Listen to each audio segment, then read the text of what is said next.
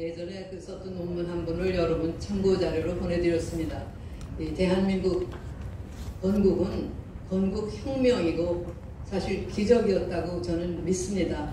그것을 제가 이 학자로서 이 사회과학자들한테 한번 생각해 보라고 던졌던 과제였는데, 오늘 이 자리는 이 시간이 짧기 때문에 제가 그것은 여러분들께서 뭐 집에 돌아가서 읽어보시든지 하시라고 맡기겠습니다. 그리고 오늘 이 자리는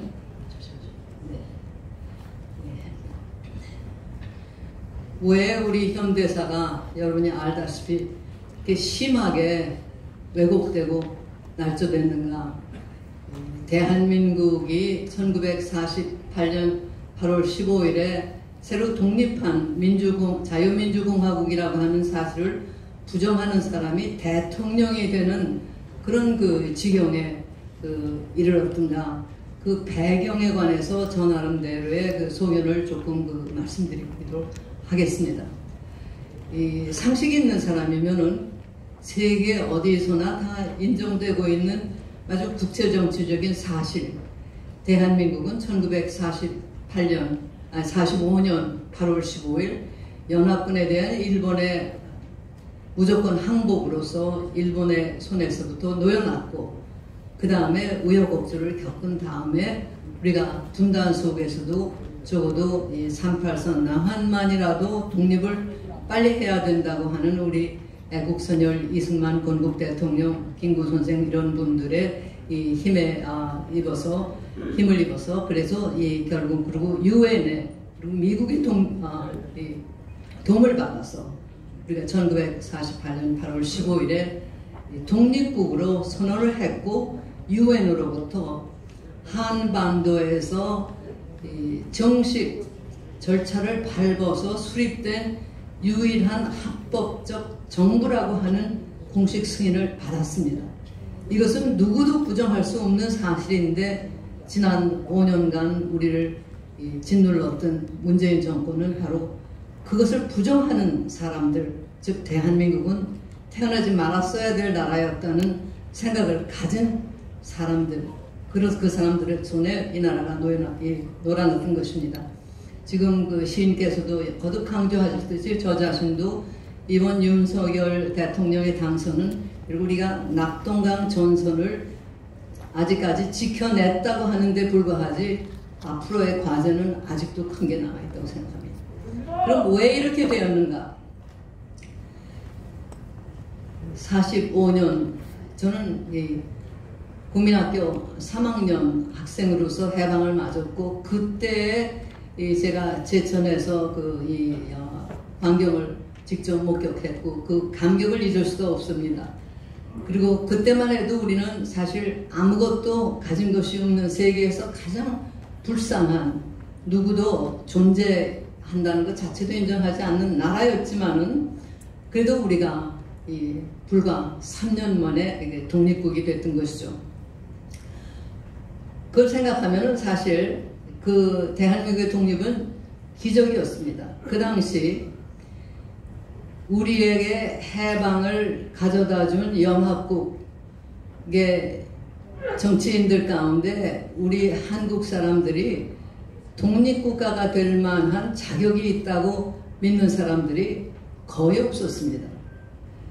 그래서 우리가 이 신탁 통치에 다시 놓일 운명에 처해졌고 했었는데, 거기에서 우리를 이끌어내서 결국은 유엔의 도움을 받아서 독립국가로 빨리 발족하게 만드는데 절대 공헌을 한 사람은 물론 더 말할 것도 없이 이승만 건국 대통령이셨습니다. 긴 이야기를 할 자리는 아닙니다만은, 그런 사실이 왜 무시되고 이승만 대통령을 심지어는 하와이 깡패라고 묘사하는 동영상이 국민학교 어린이들에게도 공공연하게 역사 자료라고 해서 보여주는 이런 현상이 일어났는가. 우리에게는 참 받아들이기 어려운 사실이지만 이것이 현실이라는 걸 알고 그 원인을 알아야 되겠습니다. 냉정하게 생각하는 것이 필요합니다. 저는 두 가지가 큰 게 있다고 생각합니다. 첫째는 지금 바로 얘기했듯이 우리가 나라를 잃었을 때 물론 힘이 없어서 나라를 일본에게 빼앗겼고, 그 당시에도 국제 풍토가 이 극동 지방에서 이 중국이 약화되면서 결국은 일본밖에 서양의 열강들과 대화할 수준에 있는 나라는 없다 하는 것이 그 지배적인 세계의 여론이었기 때문에 결국은 우리가 이 일본의 손에 들어가게 됐던 것이고, 이 해방이 됐을 때도 마찬가지였죠.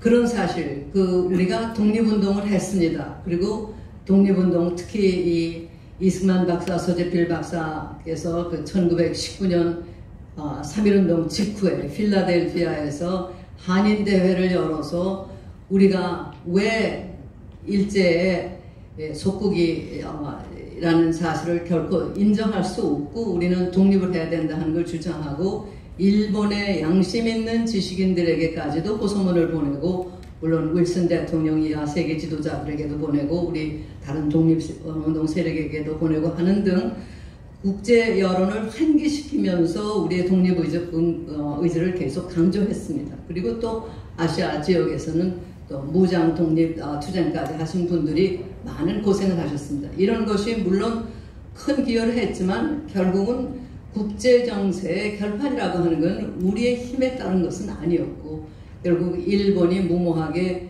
이 미국을 1941년 12월 7일 그 진주만 공격으로서 이제 이 전쟁을 시작을 함으로써 자기의 자멸을 자초했던 것이죠.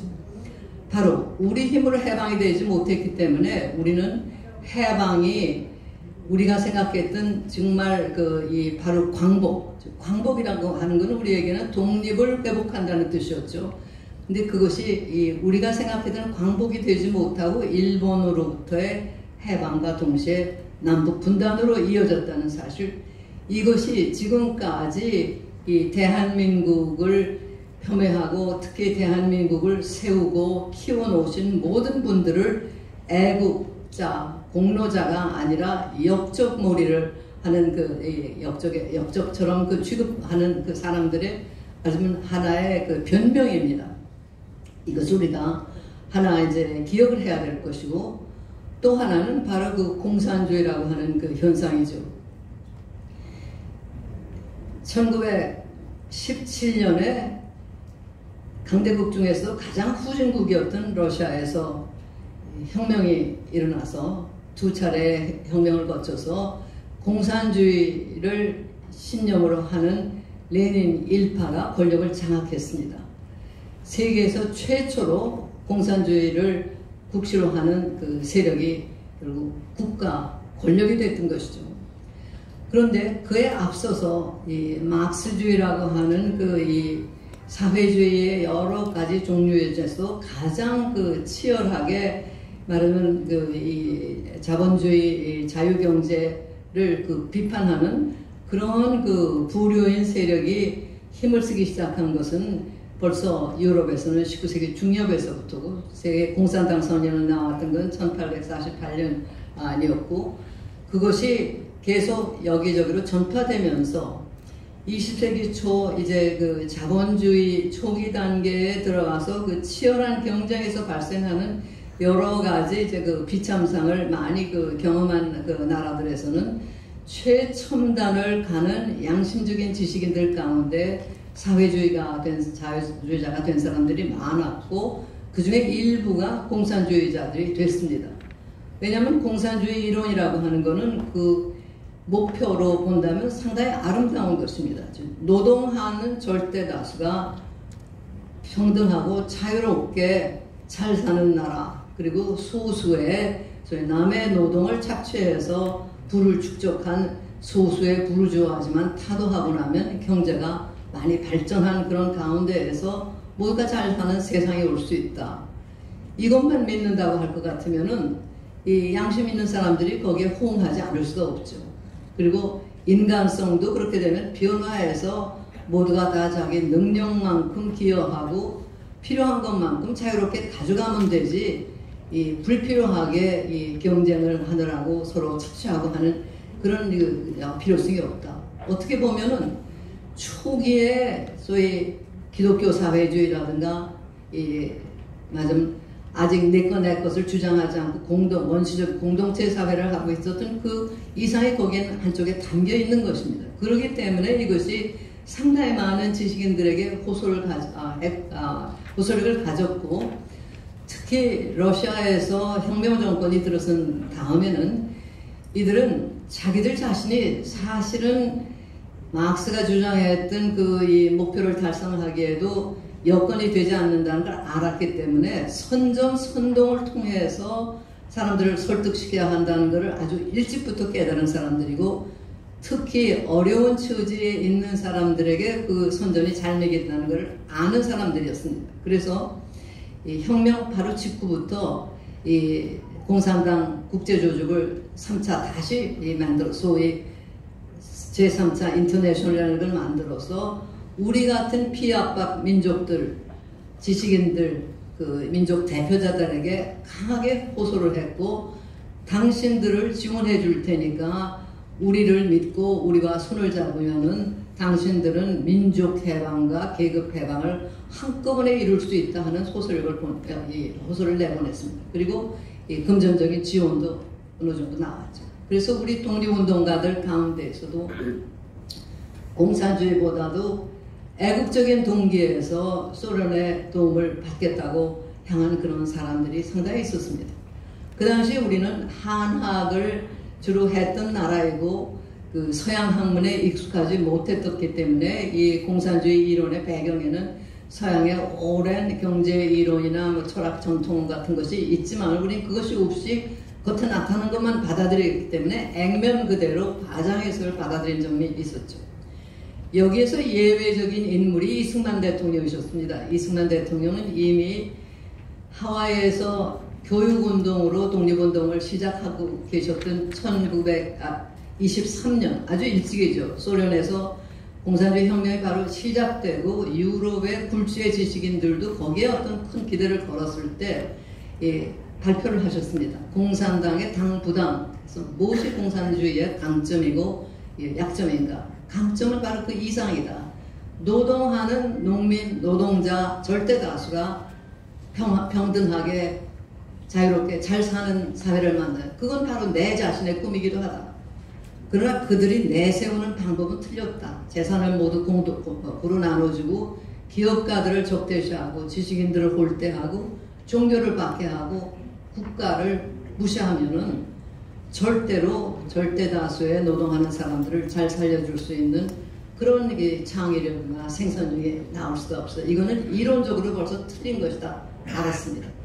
그때 그런 그 안목을 가진 지식인은 세계에도 몇 분이 안 됐었어요. 그분은 한학에 통달하고 그 위에다 서양의 학문의 정수를 다 섭렵하면서 프린스턴 대학이라고 하는 미국의 한둘 뽑히는 대학에서 법학 박사까지 받으신 분이었기 때문에 이걸 꿰뚫어 볼 수 있는 그 안목을 이미 가지고 계셨던 거죠. 그러나 다른 지식인들은 상당수가 우리나라의 가장 이상주의적인 아주 몰락한 나라 상류계층, 옛날 소위 양반의 자제들 가운데 우수하다고 하는 사람들이 뭐 동경에 유학 가거나 경성대학에 가면서 이 막스주의에 심취된 사람들이 굉장히 많았습니다. 이런 상황에서 우리가 해방을 맞은 것이죠. 그것뿐 아니라 해방을 가져던 연합국은 독일과 이탈리아라고 하는 소위 나치주의 파시스트 그 독재 권력하고 맞서서 싸우기 위해서 할 수 없이 공산주의 소련하고 손을 맺었습니다. 잠깐은 공산주의 국가 소련의 스탈린하고 히틀러가 손을 잡은 적이 있습니다. 39년에서 41년. 다행히도 그것이 깨지고 그 다음에는 스탈린하고 영미, 연합군들이 손을 잡아서 나치 그리고 일본을 패배시킨 것이죠. 이런 복잡한 사정 때문에 해방이 됐을 때까지도 미국만 해도 소련을 우군으로 생각해 왔었기 때문에, 그리고 또 소련도 이 서방의 국가들하고 동맹을 맺었을 적에는 자기의 공산주의적인 성격을 되도록 드러내지 않고 전통적인 애국주의에 호소하고 했기 때문에 미국 사람들은 이승만 박사처럼 공산주의가 어떤 것에 대한 철저한 인식이 없었어요. 이승만 대통령은 공산주의는 안 된다고 하는 것을 이론적으로 아시면서도 현실적으로 소련을 이용할 수 있으면 이용한다 하는 생각을 하셨던 분이에요. 소련을 방문했다가 하루 오후 만에 그냥 추방당하신 적도 있습니다. 그러나 그런 현실적인 면에서는 이 정략가시기도 했기 때문에 다른 사람보다 한 고개 하나가 위로 올라서서 결국 저들이 무슨 생각을 하는가를 알고 아무것도 없는 그런 나라의 독립운동가였지 아무것도 참 가진 것이 없는 분이 결국은 이 미국에도 처음에는 앞장서서 공산주의자들하고의 협상이라고 하는 건 결실이 있을 수 없다. 이렇게 하셨지만도 미국 사람들이 처음에는 이승만 박사를 경원하고 중도파를 지지했던 적도 있었죠. 그러나 결국은 이 박사가 옳았다는 것을 미국도 알고 유엔에 우리 문제를 이관함으로써 우리가 50선거라고 하는 역사상 초유의 민주선거를 하고 우리 국민은 말하자면 전제국가의 이 백성이었다가 남의 나라의 2등 신민이었던 사람들이 이제 백성에서 국민으로 승격을 했던 것입니다. 이런 의미에서 그 대한민국의 독립이라고 하는 것이 혁명이라고 하는 것은 바로 누가 주권자였는가 그리고 건국 이념이 무엇인가 하는 것이 고전까지하고는 전혀 다릅니다. 이조 이시왕조의 지배하에 있었다가 일본 천황의 지배하에 있었고 그 다음에는 미국의 결국 군사 임시 정부의 지배하에 있었던 그런 나라가 이제 정식으로 독립했다는 그 사실 그리고 이상이 바로 자유민주주의입니다. 그때만 해도 우리는 유학의 전통이 아주 강했던 나라이기 때문에 남녀 차별이 심했고 이 남녀 질서 부동석하는 것이 어린 아이들한테도 강요되던 시대인데 하루아침에 여성이 선거가 뭔지 들어보지도 못했던 사람들이 남녀 동등하게 투표권을 가진 그런 나라가 됐습니다. 혁명이 아니고야 이런 일이 있을 수 없는 것이죠. 다만 건국을 혁명이라고 생각하지 못하는 중요한 이유는 보통 혁명하면은 밑으로부터 봉기가 일어나서 뒤에 없는데 그런 것이 아니었기 때문에 혁명이라고 생각하지 못하지만 그 역할은 바로 연합군이 일본을 패배시킴으로써 대행해 준 것이죠. 우리의 독립정신을 존중하는 바다에 우리를 위해서보다 자기네들의 이익을 추구하는 과정에서 우리의 독립 욕구와 그들의 국가 이익이 일치되면서 바로 대중이 일어나서 기득권 세력을 엎는 역할이 바로 그들에 의해서 됐던 것입니다. 그래서 주권자 그리고 이 국가 이념 모든 면에서 우리는 새로 태어났고 또 혁명이 가진 이 마지막 약점이 무엇인가 그것도 우리는 안고 있었습니다. 무슨 말인가 하면 혁명으로 모든 상황이 갑자기 달라지는 건 아니죠. 주권체가 달라져서 새로운 방향으로 나갈 수 있는 그런 계기가 만들어졌다는 거지 국민의 수준이 갑자기 올라가는 건 아니었습니다. 고무신 한켤 되면은 투표권을 팔고 산다.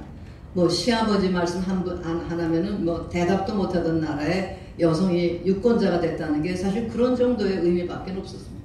그러니까 몇백 년을 걸쳐서 자기들이 민주주의를 위해서 투쟁했던 거하고 우리의 민주주의 역사는 다를 수밖에 없었습니다. 이승만 대통령의 1948년 8월 15일 이 대통령 식사를 보면 그런 말씀이 나옵니다.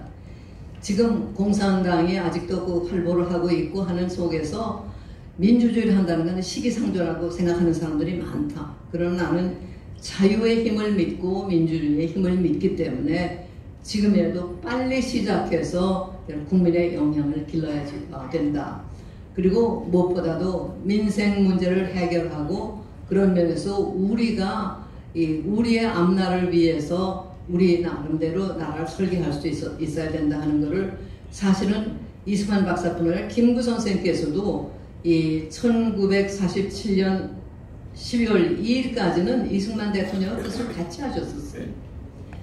그때 그 장덕수 씨 암살 사건이 나면서 김구 선생이 거기에 연루가 되면서 이 미국 측의 조사를 받게 되면서 그 두 분 사이가 이제 갈라지면서 김구 선생이 이 이승만이 단독 정부 수립을 요구하는 게 무슨 자기의 이익을 위해서 한 것 같이 좀 불행한 그런 그 말씀을 남겼지만, 그 전까지는 김구 선생께서도 우리나라에 한 도만 남더라도 그걸 중심으로 빨리 독립을 해서 우리 뜻대로 이 나머지를 다시 통합을 하고 독립국가로 빨리 발전해야 한다는 얘기를 했었거든요.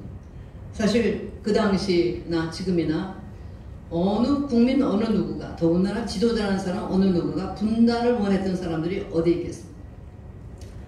그러나 미국하고 소련이 공동의 적을 물친 다음에 결국은 전혀 다른 이념을 추구하는 그 나라였기 때문에 갈랐을 수가 없었고, 그것이 소위 냉전이라는 이름으로 이제 본격화되면서 우리의 분단이라고 하는 것은 운명적으로 결국은 이 결정이 됐던 것입니다. 그러나 그걸 극복할 기회를 이승만 대통령은 만들어 놓으셨어요. 슬몬강 유엔에다 호소를 해서 미국하고 소련하고 협상을 해서는 도저히 안 된다. 지금 이제 공개됐습니다만은 소련의 북한 관련 문서들이 나온 것을 보면은 김일성은 문자 그대로 그냥 이 스탈린의 지시를 받는 그 피보호자였어요.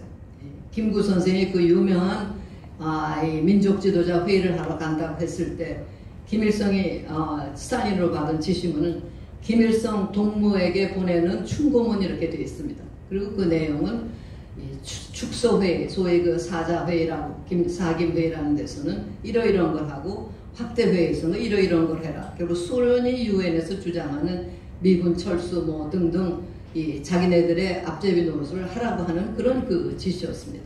그런가 하면은 또 이 소련은 그 당시 이미 북한의 헌법을 스탈린이 조목조목 검토하면서 이건 이렇게 고쳐라, 저건 저렇게 고쳐라 했고, 우리가 독립을 선포한 다음에 북한이 9월 9일 조선인민민주주의 공화국이라고 이름으로 독립을 선포하자 스탈린은 또 김일성에게 편지를 보냅니다. 두 가지가 나오는데, 소련의 위장전술은 그 국내에서도 있었고 대외에서 있습니다. 하나는 김일성 동지에게 하고 스탈린 공산당 서기장의 이름으로 보내는 건, 이제는 너희 나라가 우리나라에게 공식 수교를 요청할 때가 됐으니까 그 절차를 취해라, 이런 명령조의 공문이 하나 있는가 하면, 또 하나는 김일성 씨에게 국가수반으로 대우를 하면서 자기는 또 소련의 국가수반, 공산당 순회가 아니라 국가수반의 자격으로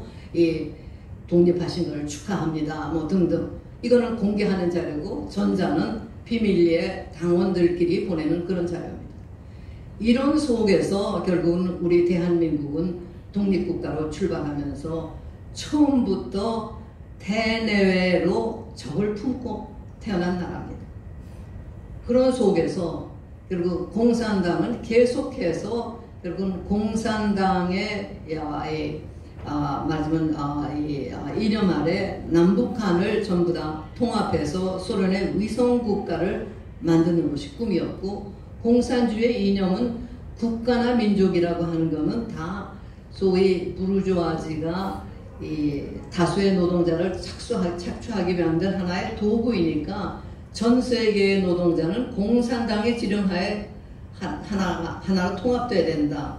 그래서 결국 그 당시로서는 소련 하나가 국가 권력하고 공산당의 그 권력이 일치하는 나라였기 때문에 공산당원이 된다고 하는 것은 어느 누구도 다 결국은 스탈린의 지령에 따른다는 얘기였습니다. 그건 뭐 문자 그대로 그런 것이었다는 것이 영국의 저명한 학자로서 소련이 무너진 다음에도 공산당임은 동산주의자임을 부정하지 않았던 자기는 공산당원이었다는 걸 부정하지 않았던 홉스봄이라는 영국의 대학자가 있는데, 그분이 고백을 해요. 공산당원이면 적어도 모든 면에서 당의 지령에 따르는 게 제1차다. 연애를 하는데 어떤 여자하고 연애를 하느냐 하는 것도 만약에 당의 지령에 어긋나면 그것도 적어도 이론적으로는 버려야 된다. 이것이 공산당의 생리입니다. 그러니까 독립이라고 하는 것, 진짜 독립이라고 하는 거하고 공산주의라고 하는 것 같이 갈 수가 없어요. 소련의 경우만. 그러니까 역으로 소련의 경우는 공산주의를 이용해서 자국의 이익을 극대화할 수 있는 중요한 도구가 공산주의였지만 다른 모든 나라의 경우는 공산당원들은 1차적인 충성이 공산당에 있는 것이고 공산당의 본부는 모스크바였는 이런 상황에서 우리가 살았던 것입니다. 그렇기 때문에 우리가 자유민주주의로서 거의 완벽한 훌륭한 재헌헌법을 가졌지만도 현실에 있어서 그걸 문자 그대로 서양에서 같이 집행으로 옮길 수는 없었어요. 왜냐하면 공산당의 수법이라는 것이 워낙 맞으면 정조직 구조를 통해서 명령 체계를 가지고 있기 때문에 간접적인 증거, 그들의 행위에 결과는 있지만은 누가 그 행동을 했는가 하는 걸 추적한다는 건 거의 불가능한 이런 그 현실이 계속됐었기 때문에 우리는 우리대로 그 세력하고 싸우기 위해서는 문자 그대로 보면 자유민주주의의 골자인 여러 가지에 위반되는 그런 조치를 하지 않을 수 없고 또 인간들은 항상 약점이 있기 때문에 또 경찰이나 뭐 수사기관들은 또 행적을 부풀리기 위해서 또 지나치게 하는 것도 있었습니다. 그러나 해방 후에 있었던 거의 모든 사건들, 대구 폭동에서부터 이 제주 4.3 사건, 이 굵직한 것, 잔 것들 소련이 개입하지 않은 게 없습니다. 이 대구 폭동 사건은 이미 그 당시에 소련 사령관 슈티코프 비망록에 다 나와 있는데 그 당시에 일본 돈 500만 엔을 지원했다는 게 있습니다. 그리고 그들은 항상 아무것도 없는 데다 하는 것은 아니고 어떤 빌미가 있죠. 밀란의 소지가 얼마든지 있어요. 해방 후에 모두가 굶어 죽어가는 그런 상황에서 밀란의 소재가 있으면 그거를 밀란인 것 같이 하면서 뒤에서 그걸 키워서 국가 전복의 도구로 삼는 것이 그들의 수법입니다.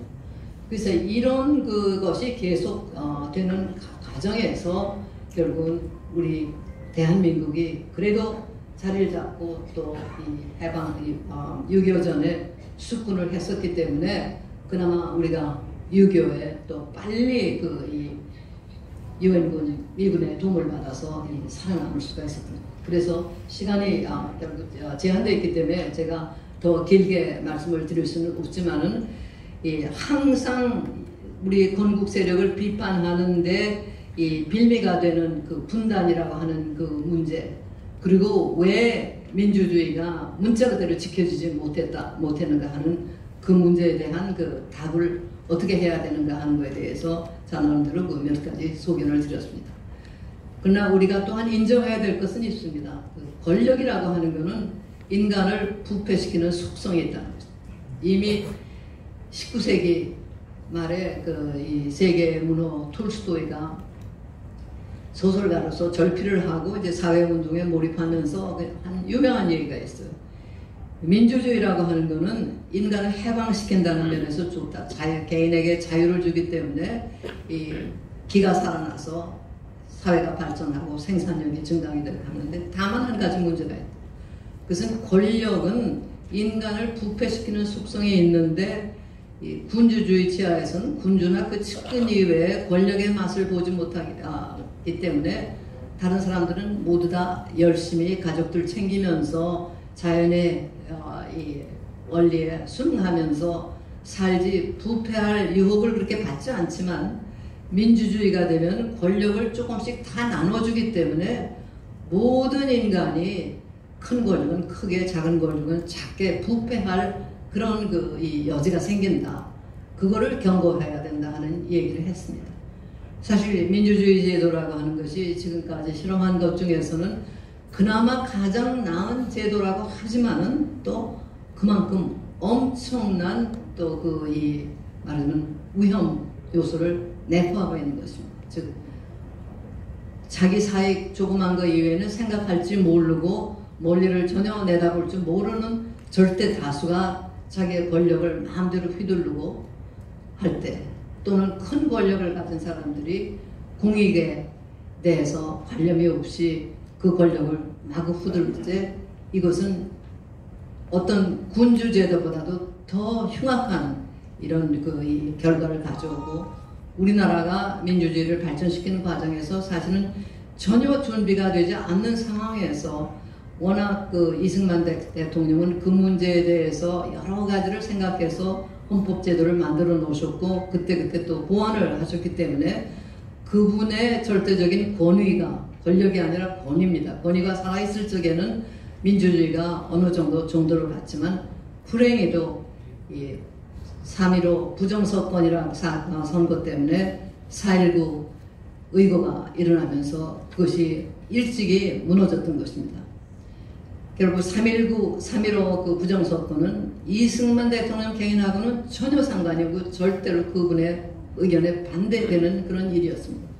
그분은 말씀만 하시면 공명선거 하시오 하시는 분이었고 또 그분을 모시던 여러분들 특히 나중에 여당 야당 그 색이 갈라지면서 여당이 된 사람들은 이승만 대통령이 아니면 자기들이 국민의 지지를 잡기가 어려우니까 억지로라도 그분을 마저 붙잡아 매는 그런 노력들을 했기 때문에 사실 80이 넘은 노부에 은퇴해서 조용히 삶을 사실 수 있을 텐데도 56년, 60년 계속 결국은 정계에 남다가 4.19라고 하는 그 변을 당하셨던 것이죠. 4.19는 제가 적어도 본 증거로는 그 터진 것 그리고 이승만 대통령께서 물러나신 그 부분까지는 공산당의 직접 개입은 없었던 걸로 봅니다. 이 소련 측 또 그 공산권 자료로 나온 거 보면 이승만 대통령께서 하야하신 걸 보고 가장 크게 놀란 사람 중에 하나가 김일성이었습니다. 그 전까지는 게릴라 전투를 하는 것을 통해서 남한을 전복시키려고 했는데 바로 이승만 대통령이 그렇게 쉽게 권좌에서 물러나는 걸 보고 이제는 학생운동, 민주화운동을 통해서 대남 전략을 하는 것이 좋겠다는 쪽으로 그 전략을 바꾼 것으로 보입니다. 결국은 민주당 정부가 들어서는 순간부터 이제 그런 것이 시작이 됐고 우리나라 민주주의 발전 과정에서는 결국 박정희 대통령 같은 이 애국 정신에 불타는 군인이 나올 수밖에 없는 그런 상황이 됐던 것입니다. 이 박정희 이 대통령은 당연히 민주주의 절차를 위반하고 이 쿠데타로 권력을 잡았다는 그런 의미에서 지식인들의 비판을 받을 수밖에 없었습니다.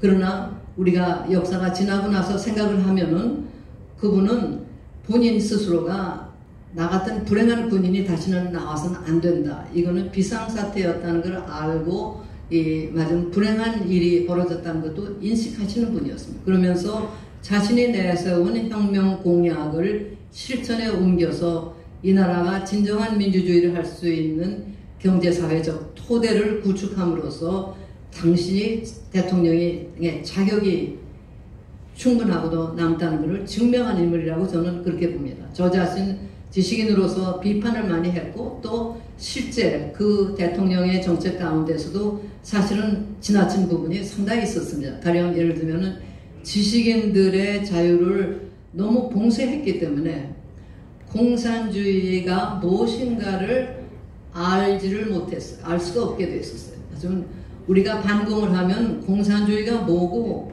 왜 우리가 공산주의를 배격해야 되는가를 설득력 있게 국민에게 인식시켜야 되는데 6.25를 겪은 세대에는 설명이 필요 없었지만 그 후 세대에는 가르쳐야 되는데 그것이 전혀 불가능하게 공산주의에 관한 서적을 전부 다 봉쇄를 했습니다. 저는 러시아 전문가로서 그 위험을 굉장히 일찍부터 갈파했어요. 이렇게 가다가는 역작용이 난다. 왜냐면 공산주의가 워낙 잘못된 이념에 바탕한 체제였기 때문에 그 잘못된 가는 그 과정이 모든 진정한 그 연구서적에 다 나와 있는데 즉 객관적으로 연구하다 보면 공산주의에 대해서는 비판적으로 될 수밖에 없는데 우리나라는 그런 책이 전부 다 봉쇄돼서 아무도 읽지를 못했습니다. 거꾸로 지하에서 공산당 선전 자료들이 제록스가 일반화되면서 학생들한테 모두 다 읽히게 되고 해서 맞은 공산주의가 뭔가에 대해서 호기심이 있고 아무것도 모르는데 공산주의에 대한 진정한 정보와 지식이 아니라 그쪽에 선전이 먹혀 들어갔기 때문에 바로 대한민국이 태어나지 말았어야 될 나라라고 생각하는 그런 식의 주사파 세력이 기식할 수 있는 풍토가 또 생겼던 것입니다.